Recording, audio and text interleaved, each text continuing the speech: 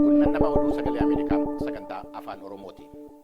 Bulchiinsi Tiraamp imaammata isa Ameerikaan hadursu yookiin Ameerikaa First jedhu waliin akka wal simatu gamaggamuudhaaf jecha gargaarsi misoomaa biyyootan addunyaatiif taasifamu hundi ji'oottan 3 fi akka dhaabbatu ajaja dabarsee jira.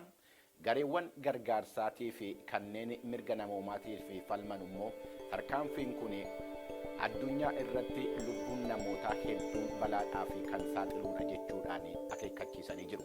Waggoottan 6 dhufan keessatti lammiilee Afrikaa miliyoonii 300 ta'an tajaajiluudhaaf akka gargaaru kan taasisu gargaarsi doolaara biliyoonii 8 argamuusaa beeksisamee jira. Maallaqaawwan kun kan argaman baankii misooma Islaamaatii fi baankii investimentii bu'uuraalee misoomaa Eeshiyaa dabalatee dhaabbilee liqii irraa akka ta'e maddi oduu Reuters gabaasee jira. Wiirtuun agarsiisa torban faashinii Afrikaa amajjii 22 amma amajjii 26 bara 2025 magaalaa Finfinnee keessatti taasifamee jira.